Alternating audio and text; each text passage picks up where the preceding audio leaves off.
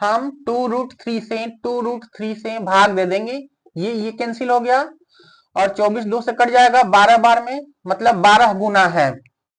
ठीक है, ये जो है वो 12 गुना है। 2 24√3 का 12 गुना है, 12 गुना है। अब हमसे पूछा है परिवृत्त की त्रिज्या। अब हमें पता चल गया कि एक का मान कितना है, हमेशा एक ही का मान निकलता है जब भाग देंगे ना। देखिए जब 2√3 से 24√3 में भाग देंगे तो हमेशा एक का मान निकलेगा। तो ये 12 आ गया, एक का मान 12 आ गया, 12 आ गया। तो हमें परिवृत्त की त्रिज्या पूछा है, परिवृत्त की त्रिज्या मतलब 2 का मान पूछा है। देखिए यहाँ से ये 2:1 का अनुपात में बट रहा है, तो यही इसी 2 का मान पूछा है। तो 2 का मान कितना हो जाएगा, 12 गुना 2। ठीक है, 12 दूना 24, 24 सेंटीमीटर जो है वो परिवृत्त की त्रिज्या आ गया। परिवृत्त की त्रिज्या कितना आ गया, 24 सेंटीमीटर। ठीक है, लेकिन अगर आप थ्योरी से बनाएंगे, फॉर्मूले से बनाएंगे तो लॉन्ग हो जाएगा। फॉर्मूले से एक भुजा दिया हुआ है, ये एक भुजा दिया हुआ है। तो देखो सबसे पहले आप एच निकालोगे, कैसे निकालोगे एच, तो समबाहु त्रिभुज की ऊंचाई ऐसे लिखोगे, ऊंचाई इज इक्वल टू √3/2a, ए की जगह पे 24 √3। ठीक है, 24 √3 लिखोगे।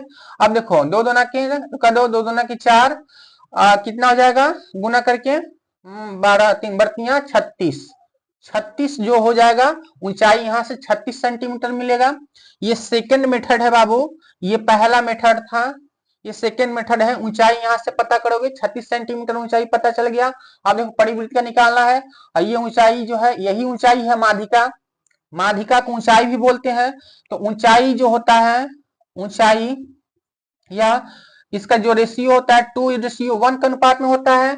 तो 2 और 1 3, तो 2x, इसको 2x मानो, इसको x मानोगे, जोड़ोगे तो क्या है 36 के बराबर आएगा। तो 2x और x कितना हो जाएगा, 3x इज इक्वल टू 36। इसलिए x इज इक्वल टू 36/3, 3 का 3, 3 दूना 6, x का मान कितना आया, 12 आया, x का मान 12 आया। अब देखो ऊंचाई हमें पता करना है, बड़ा आर पता करना है, तो बड़ा आर यही है ना, बड़ा आर यही है, आर बड़ा है। 2 का मान पता करना है, तो are is equal to 2x, मतलब 2 गुना कितना 12, 12 दूना 24, 12 दूना 24 सेंटीमीटर। तो आप ऐसा